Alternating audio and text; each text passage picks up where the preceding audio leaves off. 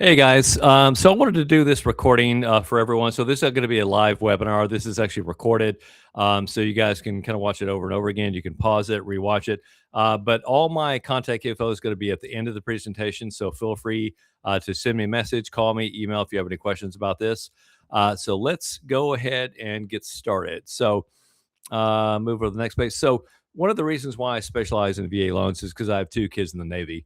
That is my son on the right. He is a naval officer. My daughter is a hospital corpsman based in Hawaii. My son's based in Virginia Beach. Hospital corpsman is basically a naval nurse. So I'm very proud of both my kids. I am also a veteran mortgage advisor, which means I've gone through certification to learn about the VA loans. A big chunk of my business is dealing with VA loans and working with veterans. So very, very proud of that fact. And it's important to work with somebody that knows VA loans. So it's not a difficult loan to get done, but it is different. So you have to know what you're doing.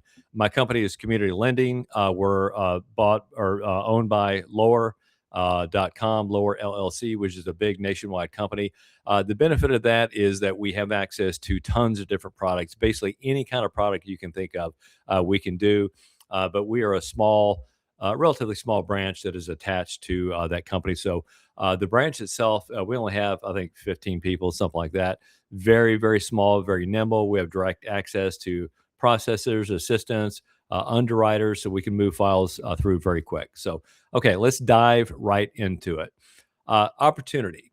So that is basically what this is about. It's about the opportunity of working with veterans and what it could cost by not working with veterans or not doing VA loans. So let's look at some stats that I thought are pretty interesting. So military is America's largest employer with over 3.4 million employees worldwide.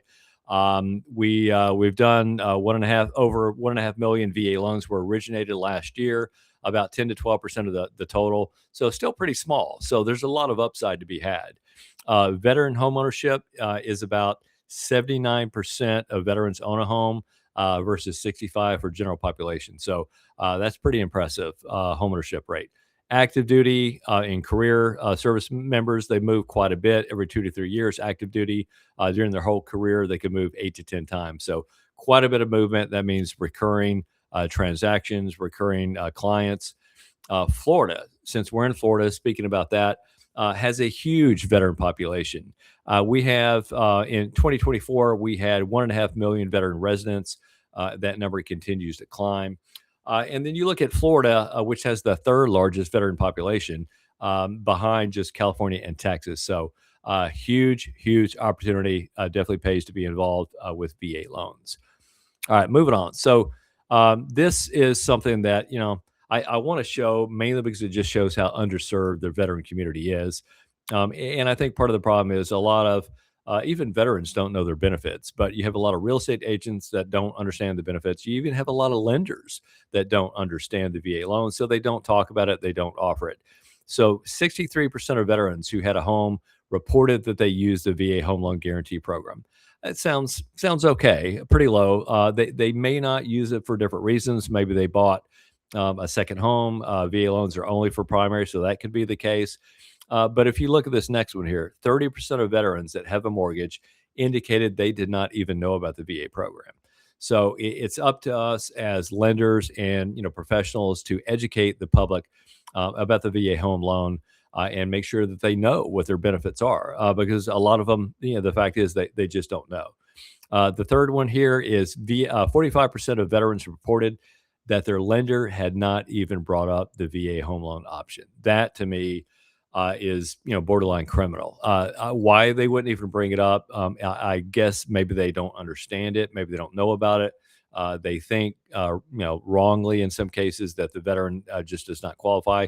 So that should not be the case. Everyone should be told about the VA home loan. All right, let's move on. Next one here is myth busting. So that's what we're going to do today. We're going to bust some myths, common myths that we hear all the time from everyone. It could be realtors, it could be sellers. One of the common myths is if you put 0% down as a down payment, that equals a weak buyer. Definitely not true. We're going to bust that myth. Number two, VA loans are harder to get through underwriting. Definitely not true. We're going to bust that myth. VA loans take longer to close. Definitely not the case. They close about the same amount of time. Number four, the seller must pay the veteran's fees. Definitely not the case. Number five, you can only have one VA loan at a time. That is not true. Number six, VA appraisals are tougher to get done, tougher to pass. Not true at all. So we're going to bust all those myths one by one. Next one here. So here we go. So this is the first one that we talked about. So the myth that zero down equals a weak buyer. Let's look at some 2025 veteran home buyer facts. Median FICO is 725. Median liquid assets of 17,000. So median basically means that half were below that level, half were above. So that means that maybe half had less than 17,000 assets, other half had more. So that's still a pretty good number, which means they have liquidity. They're able to buy a house. Zero down, while it sounds like a bit of a negative, it could be a positive because that means that they have that much more cash to put down for an appraisal gap to make up for that appraisal gap. Also, with no PMI on a VA loan, so no matter the down payment, whether it's 0% down, 5% down, 10% down, there's still no monthly PMI. That means a lower monthly payment burden for the veteran. Okay, next up, we're going to talk about VA default ratio. So even if somebody doesn't believe, what I just said about the strength of a VA veteran buyer, home buyer, let's look at the default ratios versus conventional and FHA. So VA loans on average every year, about 2.5 to 3.5% of VA loans default. That's pretty low. That's very low. Conventional loans do a little bit better, 1.5% to 2.5%, pretty much in line with VA loans. So not that different. FHA loans are considerably higher, between 6 and 9% of FHA loans default every year. So that's a significantly higher than both VA loans and conventional. But for some reason, you don't have a lot of sellers or listing agents that will put up a fight against FHA. They will accept that sometimes even over a VA loan. Makes no sense whatsoever. VA loan home buyer is much higher quality than that. So, all right, moving on. So we have busted that myth. So definitely not true. So the next one, VA loans are harder to get through underwriting. Let's take a look at that one.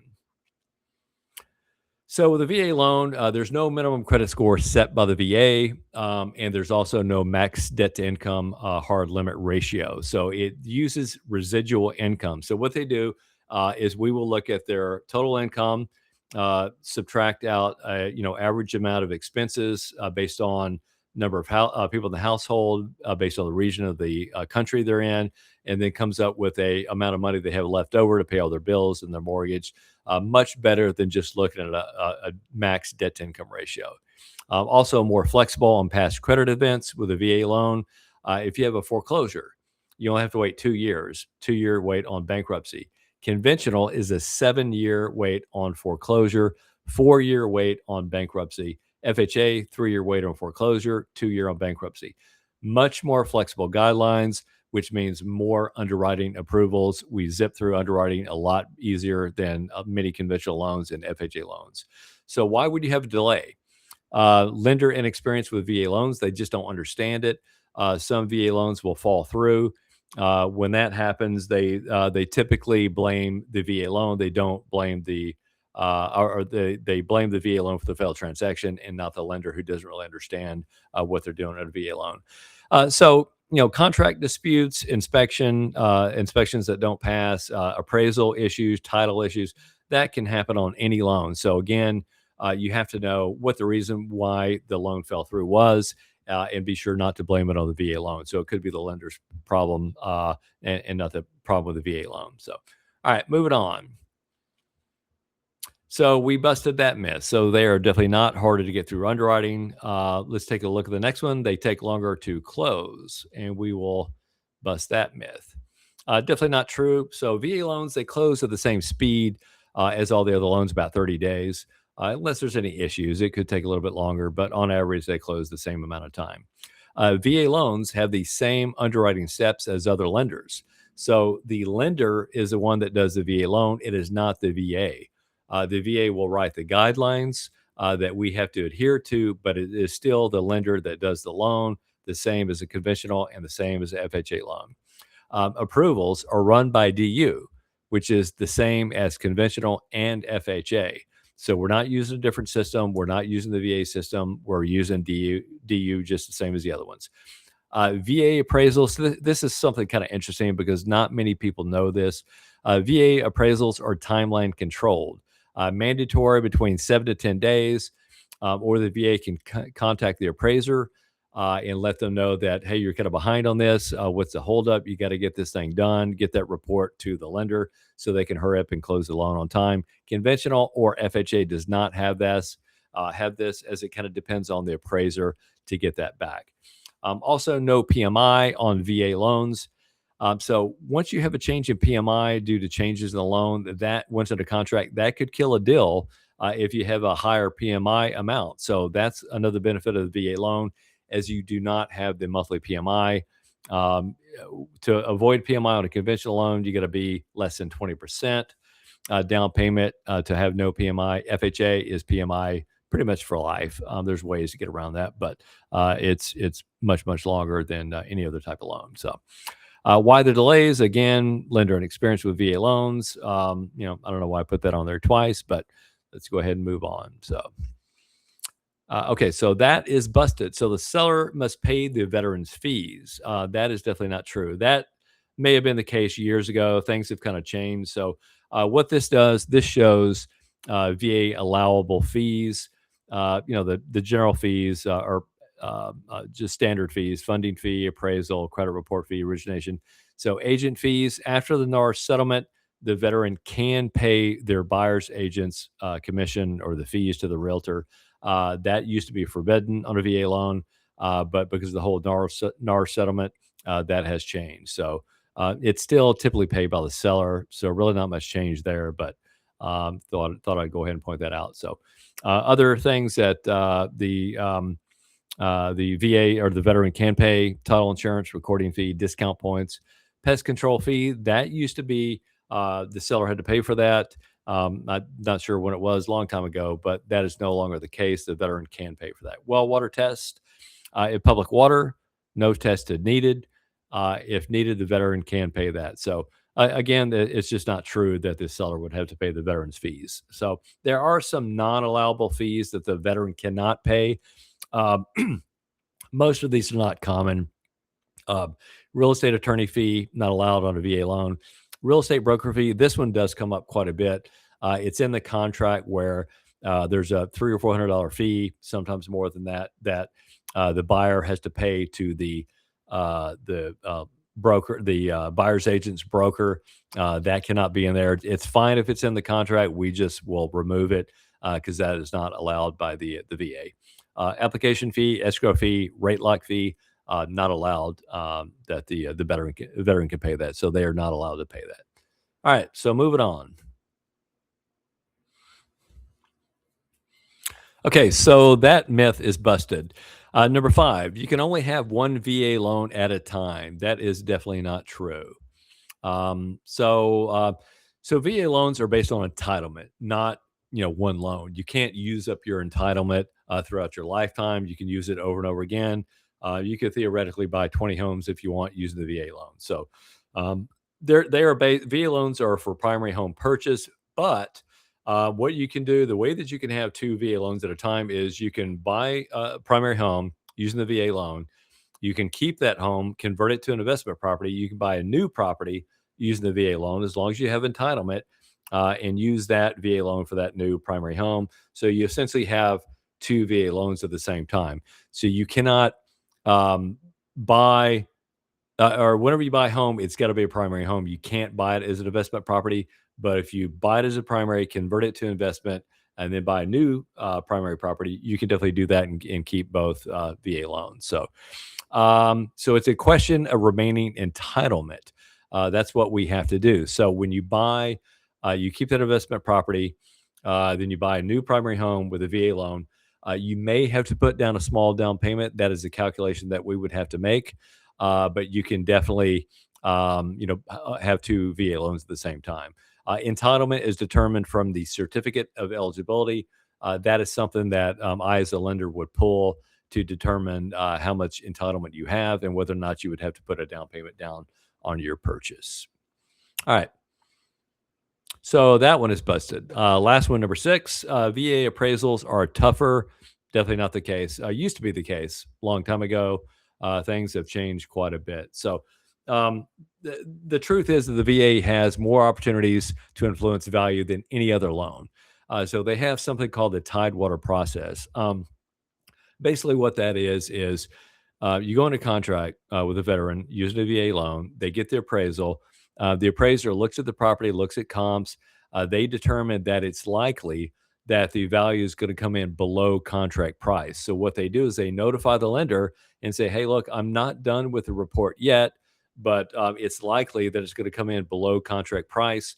Please submit comps to me. I'll look at the comps. If I think there's a change in the value based on those submitted comps, I'll change the report, but before I even get it to you.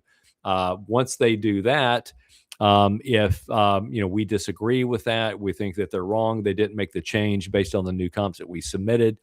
We can actually submit directly to the VA a reconsideration of value. So what does that mean? That basically means that the VA, not the appraiser, will look at the submitted comps, our explanation, our reconsideration of value, and if they determine that we are correct, that the appraiser should have changed that value, they will actually override the appraiser's opinion on that and make them update the appraisal to reflect our value on the submitted comp. So no other loan can do that. So any other loan, we basically have to go back to the appraiser and just kind of plead with them and say, based on these comps, we think the value should be higher. If they disagree, he doesn't make the change. There's nothing we can do about it. VA is the only loan where we can have somebody else, the VA, override their opinion. So it's an amazing, amazing process the VA loan has. All right.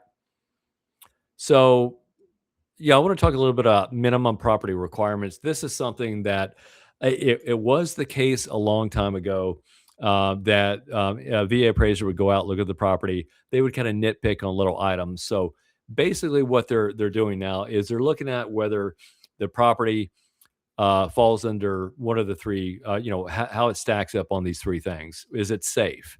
Is it dangerous? Do you have exposed wiring?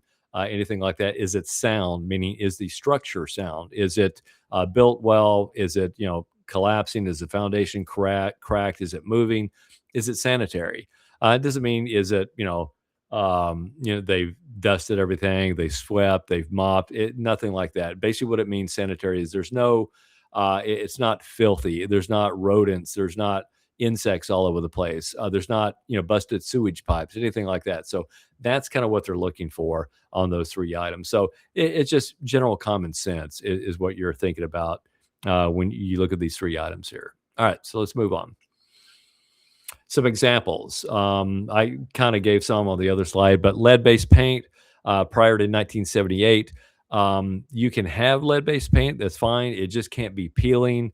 If it is, it's flaking off. It must be scraped and repainted prior to 1978. Roof. Pretty much the case with any kind of loan, conventional or FHA. Can't have any active leaks. And you've got to have some amount of life remaining on that roof. So that is going to be a requirement to get insurance as well. So it's not just VA loans. It's going to be the same with any kind of loan. HVAC system, which is heating, I kind of forgot what V stands for. Ventilation, I think, air conditioning. So it's got to be in working order. If it's in the house, it's got to be working. Electrical system, no exposed wiring. I kind of mentioned that before. That goes to whether or not it's safe. You can't have exposed wiring because that could be dangerous. Could be a fire hazard. Water, private wells must be tested.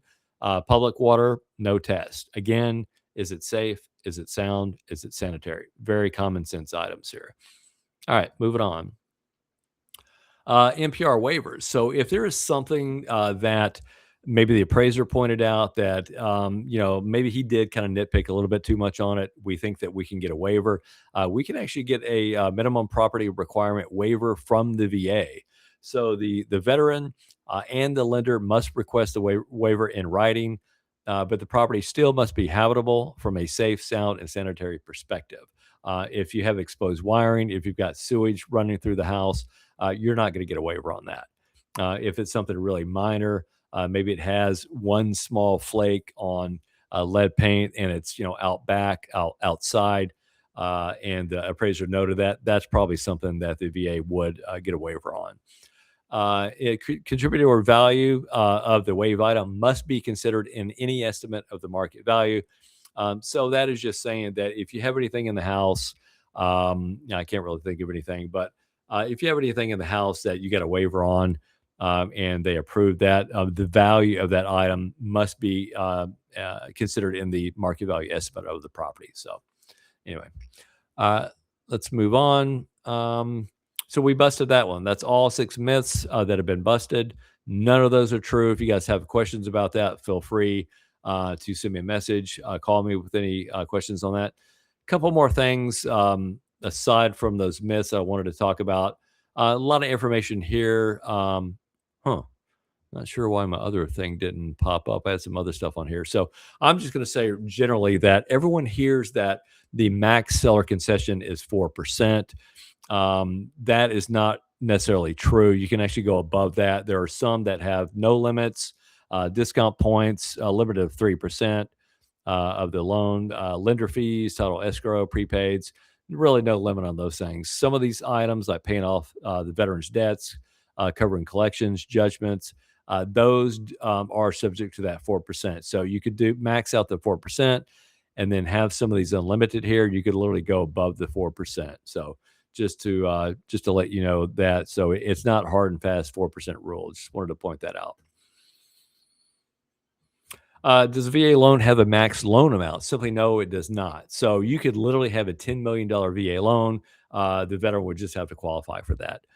If you don't have full entitlement for whatever reason, maybe you bought a property before, like I mentioned with that investment property, you may have to put down a small payment. Then you would have a max loan amount without having to put a down payment down. But if you have full entitlement, there is no max loan amount. Yeah, just call me with questions if you have any on that. And that's it. That is all I had. So here's all my contact info. Thanks for listening. You can watch this over and over again. You have any questions, feel free to reach me at the phone number there, or at my email. You can shoot me an email, and then I have my QR code there, which has all my social media contact info. So feel free to reach out. VA loans it's an amazing loan. I love working with veterans. It is the easiest loan to get done if you know what you're doing, but it's important to work with a lender who knows how to do a VA loan. So anyway, God bless. You guys have a great day, and call me with questions. Thank you very much.